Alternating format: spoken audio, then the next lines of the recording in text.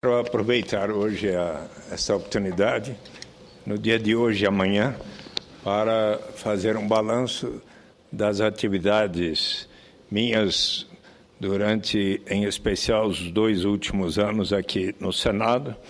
e também aproveitar a oportunidade para um agradecimento aos que me honraram com o prêmio de o melhor senador de 2012, na pesquisa realizada pelo Congresso em Foco, por ter sido escolhido entre os melhores pelos jornalistas que cobrem o Congresso Nacional nos últimos 7 anos, e ao DIAP por ter sido sempre honrado dentre os denominados cabeças, entre aspas, do Congresso Nacional nos últimos 19 anos, portanto, em todos os anos em que ambas as instituições passaram a fazer análise do comportamento dos parlamentares, acompanhado de prestação de contas e esclarecimentos aos que têm acompanhado de perto meu mandato através de sugestões e críticas. A revista Congresso em Foco e o site www.congressoemfoco.uol.com.br há 7 anos vem promovendo um acompanhamento ativo das atividades dos parlamentares pelos cidadãos. Conforme salienta o seu editor, Silvio Costa, diferentemente de tentar criminalizar a atividade política, mas através de um caminho que possa estimular as melhores práticas por aqueles que são eleitos para representar o povo. Assim, há 7 anos, desta vez foram 186 jornalistas que cobrem as atividades do Congresso Nacional. Eles têm sido convidados a escolherem quais os 20 melhores deputados federais dentre os 513 deputados e quais os 10 melhores senadores dentre os 81 senadores da República. Em seguida, os internautas de todo o Brasil são convidados a votarem, tendo em conta a lista dos melhores. Podem escolher um a mais que não estava na lista dos melhores, em qual aquele que teve o melhor desempenho no sentido geral. Em 2012, cerca de 200 mil internautas votaram, certamente num número muito significativo. Os jornalistas e internautas são também convidados a escolherem quais aqueles que mais se destacaram por áreas específicas. Por outro lado, o Departamento Intersindical da Assessoria Parlamentar, DIAP, em colaboração com a Associação Nacional dos Auditores Fiscais da Receita Federal, ANFIP, há 19 anos realiza cuidadoso levantamento para identificar quais aqueles congressistas que mais influenciam as atividades e decisões do Congresso Nacional, classificando-os por categorias: debatedores, articuladores, organizadores, formuladores, negociadores e formadores de opinião. Desde 1994, primeira edição desta sequência, tive a felicidade e a honra de todos os anos até 2012 ter sido escolhido entre os mais influentes segundo o DIAP, destacando-se como um dos formadores de opinião. Em companhia dos deputados federais Luiz Erundina, do PSB São Paulo, e Chico Alencar, do PSOL, do Rio de Janeiro, ambos de grande afinidade comigo e que foram antes do PT, e do senador Pedro Simon, do PMDB do Rio Grande do Sul. Desde 2007 até 2012, nós 4 sempre fomos eleitos pelo Congresso em Foco, dentre os melhores deputados federais e senadores. E desta vez, conforme anunciado na cerimônia de 18 de novembro último, fui eleito, entre aspas, o melhor senador de 2012, assim como aquele senador que, entre aspas, mais defendeu a democracia. De acordo com a votação na internet, por ordem de votação, foi a seguinte a classificação: Eduardo Suplicy, Cristóvão Buarque, Randolfo Rodrigues, Paulo Paim, Pedro Simon, Pedro Táxi, Walter Pinheiro, Ana Amélia, Aloysio Nunes Ferreira, Rodrigo Rolenberg e, indicado pela internet, Álvaro Dias. Aproveito a oportunidade para cumprimentar a todos esses colegas que têm honrado tão bem os seus eleitores. Estar entre eles constitui grande estímulo para mim. Quero também fazer uma breve síntese de minha atuação, assim como esclarecer alguns temas e decisões que foram objeto de mensagens a mim enviadas através dos mais diversos meios, por cartas, e-mails, telefonemas, Facebook, Twitter e pessoalmente nos mais diversos lugares. Senador Waldo Raupp, por exemplo, nesta semana, em especial nos últimos 3 dias, em função da votação aqui da mesa diretora, da eleição do presidente da casa, eu recebi dezenas de e-mails de todo o Brasil e acho que foram em número superior a 150 sobre esse tema, normalmente até com muitas críticas. Eu respondi a cada uma das mensagens e continuo a receber muitas outras e, inclusive, avalio como importante esta interação que, quando eu aqui cheguei, no período que fui deputado federal, de 83 a 87, e mesmo nos primeiros anos que fui senador, 91, 2 em diante, aí não havia essa interação que hoje temos, porque seja pela internet, também por telefonemas, por cartas de correio, mas atualmente através da internet, há dias, senador Waldo Raupp, que eu recebo cerca de 1000 mensagens quando há acontecimentos de grande repercussão nacional, como nesta semana. O número de mensagens de e-mails que recebo chega a próximo de 1000 por dia. E isto é algo que aumenta a nossa responsabilidade. Temos, assim, a possibilidade de estar ouvindo mais de perto a vontade popular. E eu, inclusive, mandei a muitos dos que corresponderam comigo, por e-mails, mas por outras formas, a carta que, por exemplo, encaminhei ao próprio senador Renan Calheiros e a Vossa Excelência, como presidente do PMDB, para esclarecer bem qual foi a posição que eu aqui procurei sugerir ao PMDB que Vossa Excelência preside. Mas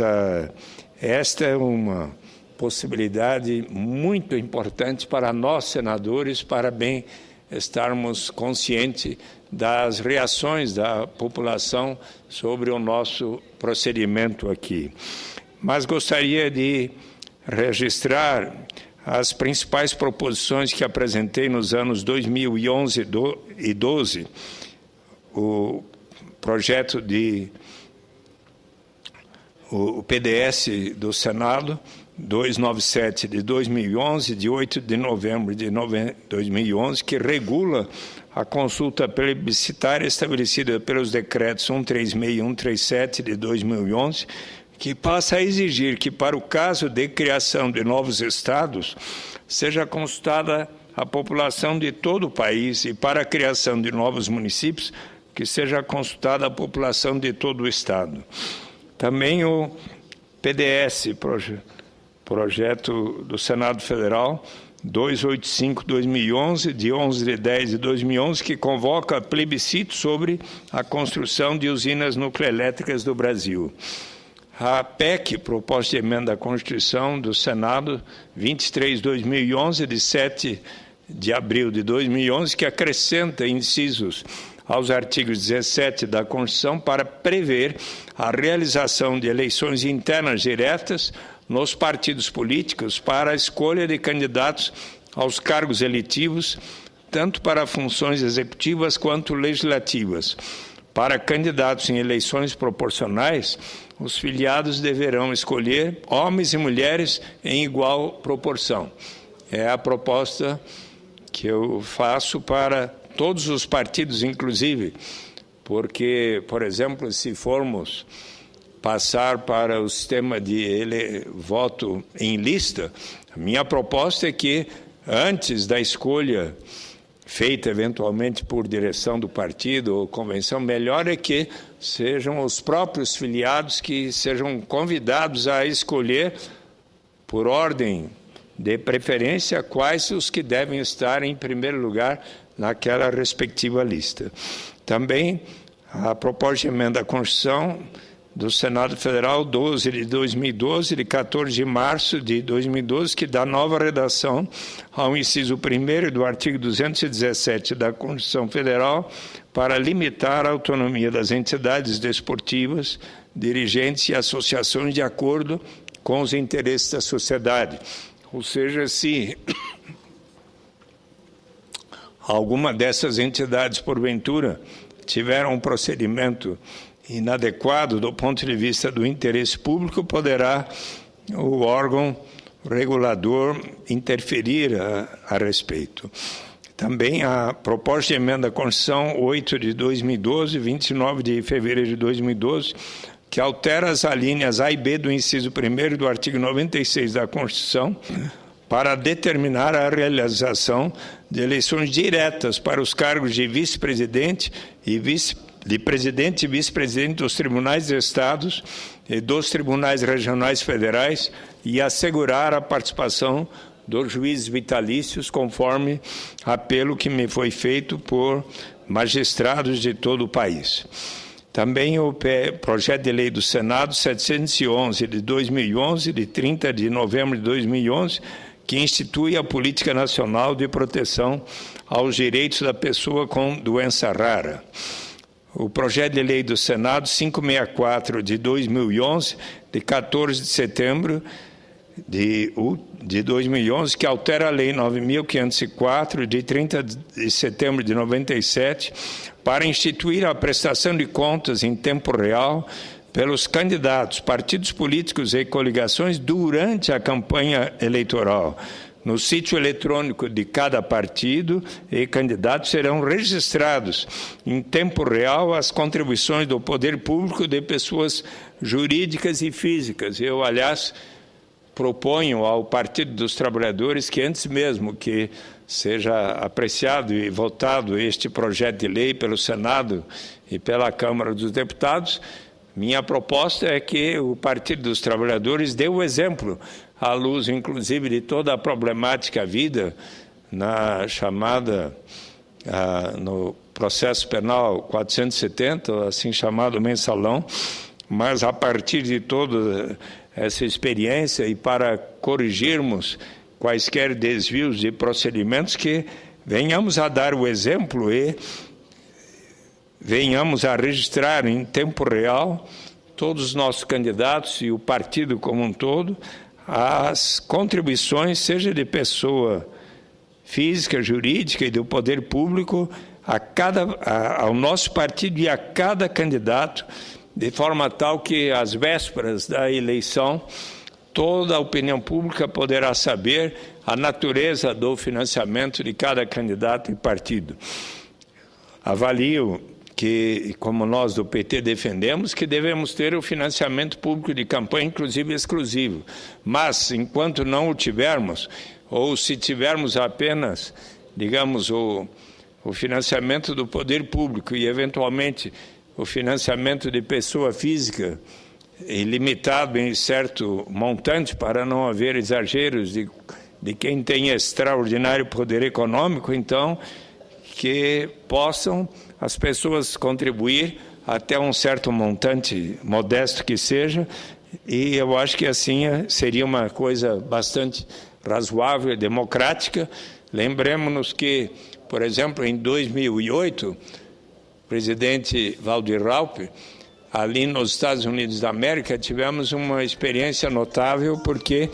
o candidato Barack Obama teve extraordinário desempenho, inclusive de contribuições de pessoas físicas de todo o Brasil, de todos os Estados Unidos, que pela internet davam contribuições modestas que permitiram a ele crescer extraordinariamente, uma forma bastante democrática. Também o projeto de lei do Senado 509 de 2011, de 24 de agosto, que altera o artigo 7º da Lei 9.709, de 18 de novembro de 98, para definir a população diretamente interessada, de que trata os parágrafos 33 e 4º do artigo 18 da Constituição, referentes à criação de estados e municípios. O projeto de lei do Senado 473 de 2011, que regulamenta o exercício da acupuntura. o projeto de lei do Senado 371 de 2011, de 30 de 6 de 2011, que dispõe sobre a proibição, extração, da importação, do transporte, do armazenamento e da industrialização do amianto e dos minérios e rochas que contêm os silicatos hidratados, bem como a proibição da importação e da comercialização dos produtos que os utilizem como matéria-prima. O projeto de lei do Senado 159, de 13 de 4 de 2011, que dispõe sobre a instituição do Dia Nacional de Doenças Raras. O projeto de lei do Senado 84 de 2011, 14 de março, que altera a Lei 9.709, de 18 de novembro de 98, para admitir e disciplinar a subscrição eletrônica de projeto de lei de iniciativa popular. O projeto de lei do Senado 280, de 1º de agosto de 2012, que altera a Lei 9.504, de 30 de setembro de 97, para instituir a prestação de contas em tempo real pelos candidatos, partidos e coligações durante a campanha eleitoral. O projeto de lei 231, de 2012, de 5 de 7, que cria o Fundo Nacional da Pesquisa para Doenças Raras e Negligenciadas e dá outras providências. No que diz respeito aos interesses, em especial, da população do Estado de São Paulo, aqui assinalo alguns temas que foram objeto de minha atenção. No que diz respeito à laranja, a crise na citricultura paulista é resultado de intenso processo de concentração e verticalização das empresas que controlam o processamento do suco de laranja. Há anos acompanho de perto esse processo e conseguindo minimizar esse movimento e proteger os pequenos e médios produtores. Em 2011 e 2012, conseguimos, junto ao CAD, impedir a criação do Concicitro sem a participação dos representantes de pequenos e médios produtores, pois esse conselho será o responsável pela formação do preço da laranja. Também obtivemos êxito junto ao Ministério da Fazenda e da Agricultura, Pecuária e Abastecimento, no sentido de que os pequenos e médios produtores pudessem participar dos leilões do prêmio equalizador na renegociação das dívidas dos produtores por 5 anos e da liberação de 2 linhas de crédito emergencial do Fundo de Expansão do Agronegócio Paulista, FEAP, e do BNDES. Sobre o comércio eletrônico e e-commerce, e o ICMS incidente sobre o comércio eletrônico, tramitaram no Senado Federal proposições legislativas com o objetivo de alterar a regra atual do ICMS incidente nas compras interestaduais realizadas por meio eletrônico. A alteração pretendida implicaria numa redução estimada pela Secretaria da Fazenda do Estado de São Paulo da ordem de 308 milhões de reais por ano da Receita Estadual. Com o impacto, também os municípios paulistas deixariam de receber cerca de 77 milhões de reais por ano. Diante de tais perdas, juntamente com os outros senadores paulistas, como o senador Aloysio Nunes e a senadora Marta Suplicy primeiro, e depois o senador Antônio Carlos Rodrigues, apresentamos uma emenda à proposição por sugestão do governo de nosso Estado, a qual foi aprovada e hoje consta do projeto que tramita na Câmara dos Deputados, assim minimizando o decréscimo na arrecadação de São Paulo. Fundo de Participação dos Estados, o FPE, o Supremo Tribunal Federal determinou em 2010 que o Congresso Nacional deveria, por lei, até 31 de dezembro de 2012, novas regras de repartição dos recursos do Fundo de Participação dos Estados.